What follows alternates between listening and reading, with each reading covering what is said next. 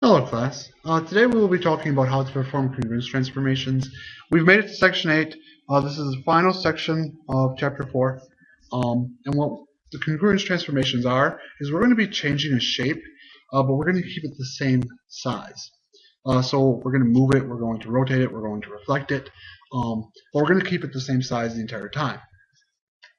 The first concept that's in this section would be just the three types. First of all, a transformation is some sort of operation, some sort of thing that we do to it that moves or changes a figure geometrically, a geometric figure, in some way to produce a new figure that we will now call an image.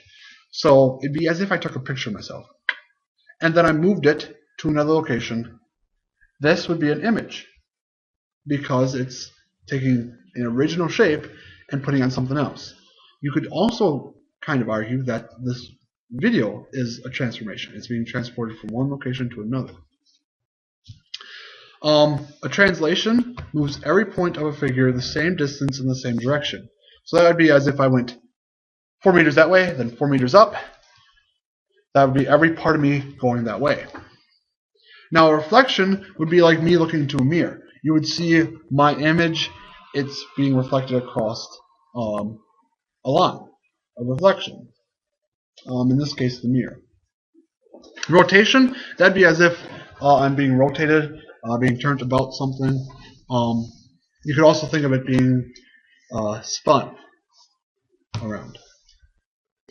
Alright, the first type is the translation. What I'm talking about is that this point here moves the same distance and direction as this point here, as does this point here. This is a translation. Same distance, same direction. Reflection. This is where one object is reflected across a line. It's going to be the same distance away in each part from the line. So in this case, it's reflected across this line. Not every point moves the same distance. Some move shorter, some move further, but it's a perfect reflection. Alright, the next one is what we call rotation. This is where we turn it about a point. The center of rotation is where we're turning it about.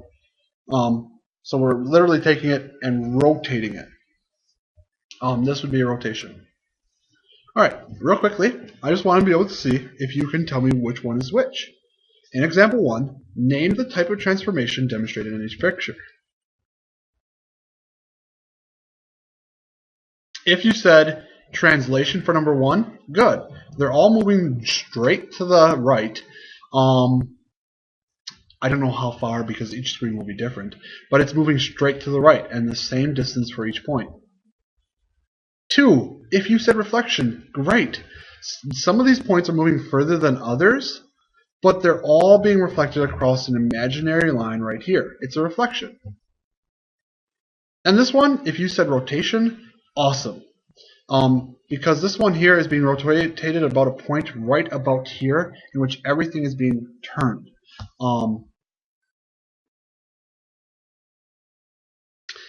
I realize now that this sort of looks like a face. Not intentional. Whoops. Anyway, these are each of the types of transformations. If you can identify them, great. Next, what if we actually wanted to do something with a Cartesian grid? This would be, for instance, if I actually wanted to move them from one location to another. What we eventually will do is we're going to use coordinate notation. What it basically does, it tells you how far we move it. So this would be an example of the notation. X comma y, my original point is x comma y. And it's being transformed into x plus a comma y plus b. What that's saying is x is going to move a to the right. How far horizontally? Positive if it's to the right, negative if it's to the left. So x plus a, how far to the right did I move? How far to the left did I move? Y plus b is how far up or down did I move? So positive is upward, negative is downward. Yeah, let's do this one here. Example 2 says use coordinate notation to describe the translation. So in this case, what if I wanted a translation moving from one location to another, and it's moving 4 to the right, 3 up? Well, if I think of what it was before, that's x comma y arrow, x plus 4, y plus 3. Now, if you're looking at this and you're kind of puzzled right now, let's take it a little bit slower. X comma y, that's where I started with. And this arrow here tells me what it's going to. And it's telling me how it's changing. How far am I moving it to the right? How far am I moving to the left? And in this case, it says x comma y is where I started. Arrow, I'm going to have x plus 4. I'm moving 4 to the right. Wherever I started, it's going to be 4 more than what it was before. And I also went 3 units up, so y is going to be plus 3, because wherever I started at, I'm going to be 3 units higher. Okay? Try number 2 and number 3. Well, number 2 has the same format, but it's going to be minus 6 for the x because it's moving to the left, and it's going to be minus 2 for the y because it's moving down. So my coordinate notation would be where I start, x comma y, arrow to where I'm going, x minus 6 comma y minus 2. And there I go. I have my coordinate notation for number 2. Number 3, if I think about it again, it's of course going to start with this part here, x comma y, arrow, parenthesis, and let's see, 5 units to the left. So left means negative, so x minus 5. Comma, 7 units up. It's going up, so y plus 7. This is what I should have. Perfect. If you got this, great. If you're still a little bit fuzzy, we can try example 3, and this might clarify a few things. In example 3, what I'm going to ask you to do is draw the figure after the given translation.